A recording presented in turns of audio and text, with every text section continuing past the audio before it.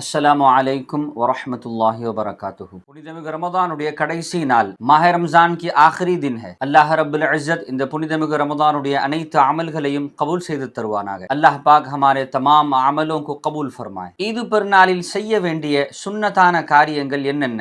Eid K தின் K ஆதாப் और சுன்னத் क्या है? இந்த நன்னாளிலே நம்முடைய உடலை குளித்து சுத்தப்படுத்திக் கொள்வது சுன்னத் ஆகும். ஈதுல் ஃபித்ர் கே தின் ईद के नमाज के लिए गुस्ल करना सुन्नत है. சுத்தமான சிறந்த ஆடைகளை அணிவதும் சுன்னத் ஆகும். சாஃப் और अच्छे कपड़े पहनना भी सुन्नत है. நறுமணம் பூசிக்கொள்வதும் சுன்னத் ஆகும். இத்ர் லகானா यानी खुशबू लगाना भी सुन्नत है. ஈதுல் ஃபித்ருடைய தினத்தன்று பெருநாள் தொழுகைக்கு வருவதற்கு முன்பதாக ஒற்றைப்படை கணக்கிலே பேரித்தம்பழங்களை உண்பதும் சுன்னத் ஆகும். ईदुल फित्र के दिन नमाज को आने से पहले தாக் அதது மே கஜூர் கானா பி சுன்னத் है. ஈது பெருநாள் தொழுகைக்கு முன்பதாக சதகத்துல் ஃபித்ர் என்பதை கொடுத்திருக்க வேண்டும். ईदुल फित्र के दिन ईद के नमाज से पहले सदक़े फित्र को अदा करना चाहिए. பெருநாள் தொழுகை நடக்கக்கூடிய இடத்திற்கு முடிந்தால் நடந்து செல்வதும் சுன்னத் ஆகும். अगर हो सके तो मस्जिद या ईदगाह जहां ईद की नमाज होती है पैदल जाना भी सुन्नत है. பெருநாள் தொழுகைக்காக ஒரு பாதையிலே சென்று திரும்பி வரும் பொழுது